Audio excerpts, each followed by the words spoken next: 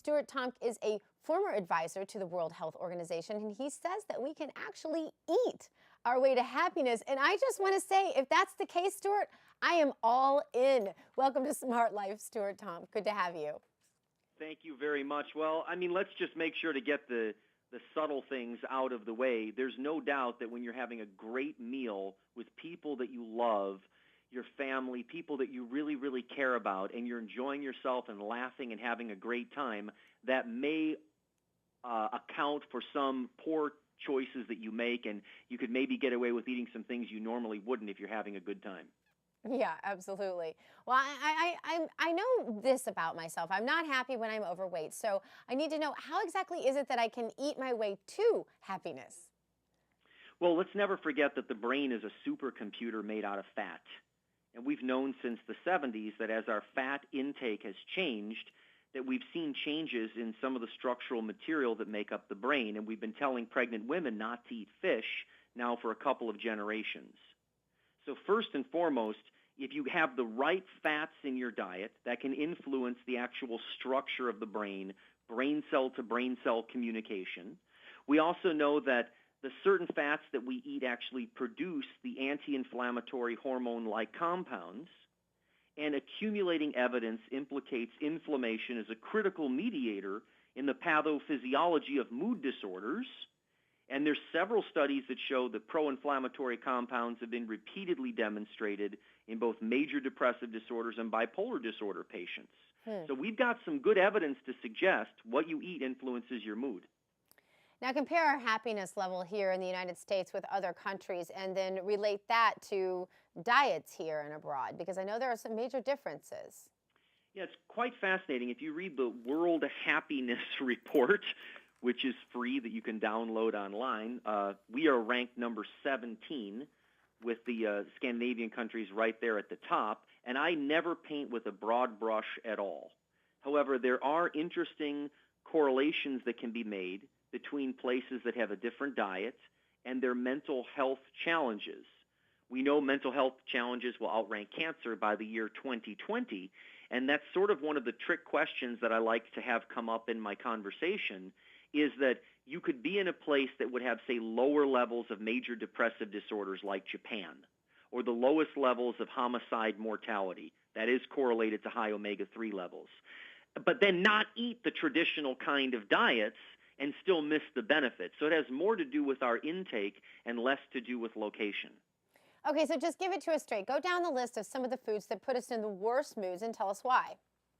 Okay, again, and I am not a reductionist, but of all of the things that we hear about when we overeat, we know that can put us in a bad mood. We know that when we eat way too much sugar, that, I mean, there's a syndrome that's very much like you've been drinking that happens from eating excessive levels of carbohydrate and sugar. But the one that I think is the most alarming is this huge trend to get everybody on seed oils and off of saturated fats, and for our audience, your health audience, the life we live, to try to tell everyone to eat tons and tons of nuts and nut butters and avocados and grape seed oil and pumpkin seed oil all the time.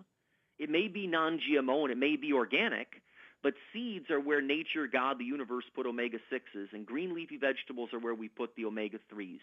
I believe that the massive imbalance between the two essential fatty acids, that when we get the balance back to where it should be, that's where we're going to see wholesale change in our mental health conditions simply based on that dietary intervention.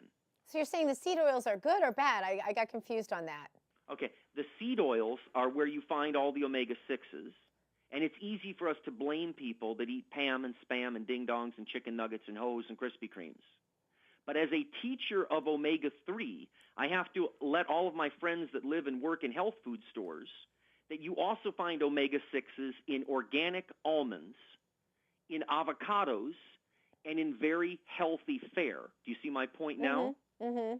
So linoleate omega-6 that's driven into arachidonic acid that produce the largely pro-inflammatory hormone-like compounds, the more of that you eat, whether it's non-GMO almond butter or genetically engineered soybean oil, the more you eat, the more omega-3 you need to keep balance in your cell membranes Remember, there's a balance in the brain. Part of the brain's made of omega-6 arachidonic acid. The other part's made of omega-3 DHA, of those fats. So balance is important. And even the wisest, most seasoned veterans in wellness and living naturally sometimes misunderstand that balance, and they think they're getting protection when they're not. Interesting. So what are some of the foods we can eat if we're having a bad day, we're not in a good mood? What are some of the things we can eat that can put us in a good mood, give us that little lift? Well, the short-term effect of fatty acids don't necessarily work in that way. I mean, I've got a few of my own favorites. Again, I've come sort of full circle from years and years of being so rigid and so strict with everything that I eat. But one thing I tell people to do is if you are going to have a treat, and I personally like dark chocolate, I never, ever, ever tell myself I shouldn't do this and then put it in my mouth. That's the first thing on my list. Okay. I don't ever tell people, you really shouldn't eat that, and then you do, and then you beat yourself up and you feel guilty. Let's get that out of the way. Okay. But I would say that there is some pretty good evidence that massive omega-3 deficiency is connected to a lot of our mental health challenges, and there's some clinicians that are suggesting that if you pair omega-3 with people that are on medication, selective serotonin reuptake inhibitors, whichever ones they are, that you could potentially lower the amount of medication that's necessary. And I'm very conservative about that because there's not a whole lot that we can say about omega-3s and primary prevention yet in this area, simply because the science is suggesting that the long-term imbalance and lack of effective resolution of inflammation is one of the mitigating factors. So I would say make yourself some fish for dinner if you don't normally eat fish. We know we all should.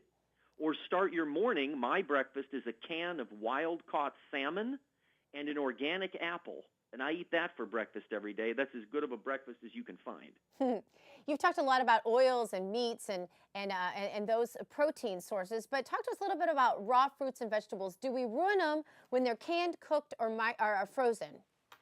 Yeah, I think that there can be there's a lot of controversy around this area because it really depends, in my expertise and in my observation, on the individual and on what's going on with them. For example, people that have subacute type 2 hypothyroidism, which is undetected in millions and millions of people. We're just going to have you back on because I'm going to have to cut you off because I was so curious about the answer to that question. But we are out of time. Thank you so much for being on the show. And as you know, our show is audience driven. So if you have a topic you're an expert in, let us know. Thanks for tuning into Smart Life. Tune in again tomorrow.